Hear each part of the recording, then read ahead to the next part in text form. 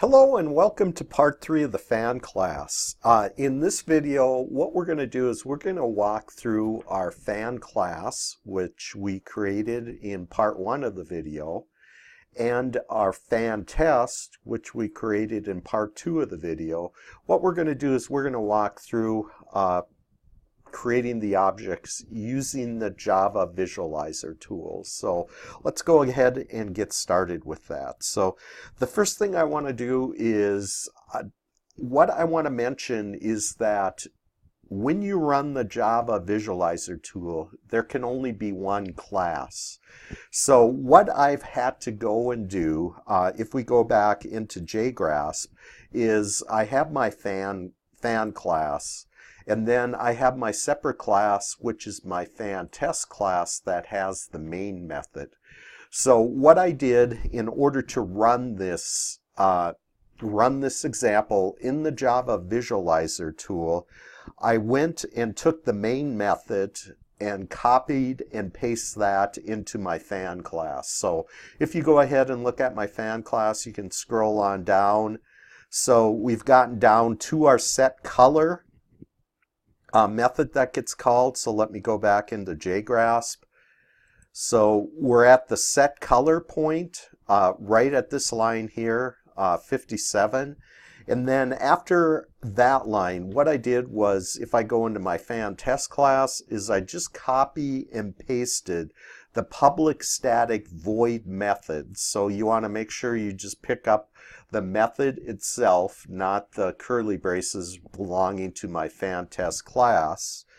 And what I did was I just copied that underneath the last method call. So I have my main method in there now. So what we're going to do next is we're going to just go walk through and visualize the execution of the class itself. So let me go ahead. So basically what we're doing here, we're on line 60. We're creating our first fan object. Let me go ahead, press on forward. So now what I have is I have my fan object created. So I'll just go ahead and click on forward. It's in my fan class now.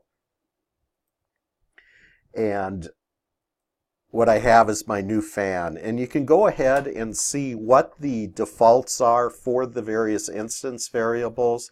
So for strings, what happens when you use the default constructor, the strings get set to null, Boolean gets set to false, and double values get set to 0.0. If you would have an int value, it would get set to 0. So what I'm doing next, I'm calling my set speed method. That's found in the fan class. So what we're doing is we're passing fast in as our new speed, and then we're setting that equal to speed. So after I go ahead and print next again, speed is now set to fast. So what I'll do, we'll drop down into our set radius. So 10 gets passed in as my value. So what should happen if I go ahead and click next, my first fan instance, fan 1, the radius gets set to 10.0. So as you can see, fan 1 is pointing to my object that's currently out in memory. So let me just go ahead and click on forward. So now what we're going to do is we're going to call the set color method. And what it does is it sets my color to yellow.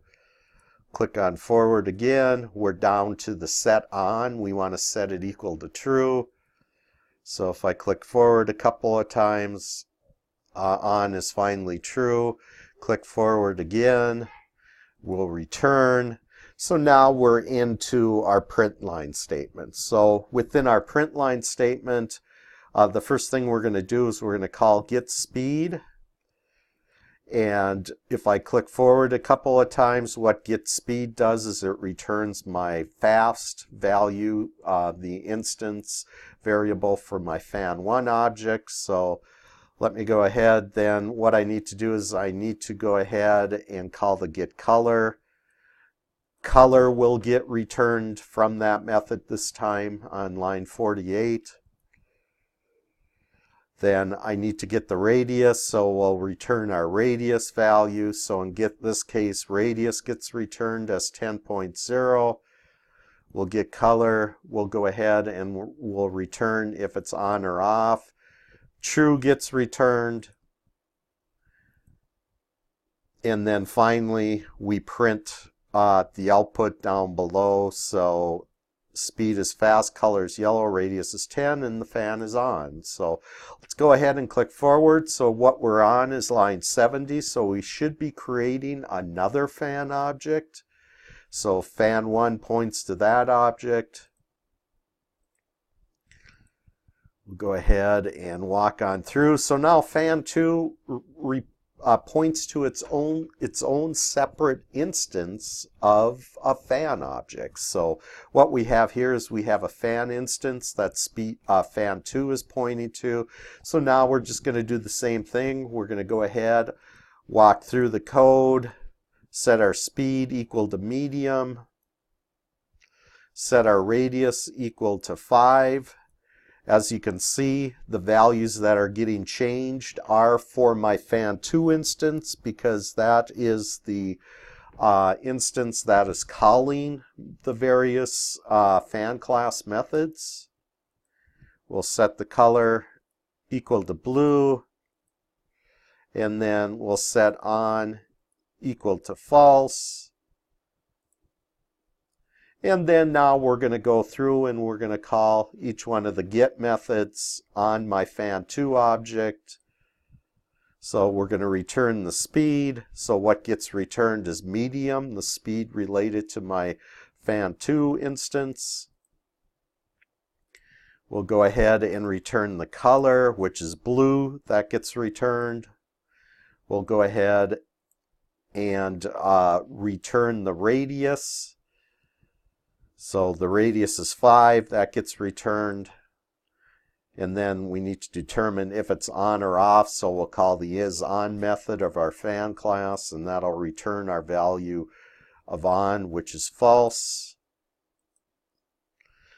So that gets returned. Then finally we're going to print out the information related to our second fan instance, where the speed is medium, the color is blue, the radius is 5, and the fan is off.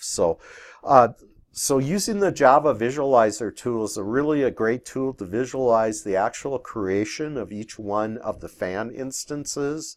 And you can see how the instance variables get populated, calling the set methods, and how when you use the get methods, how you can go ahead and return the information that is in each one of those objects. So this is the last video related to our fan class, so I will talk to you next time.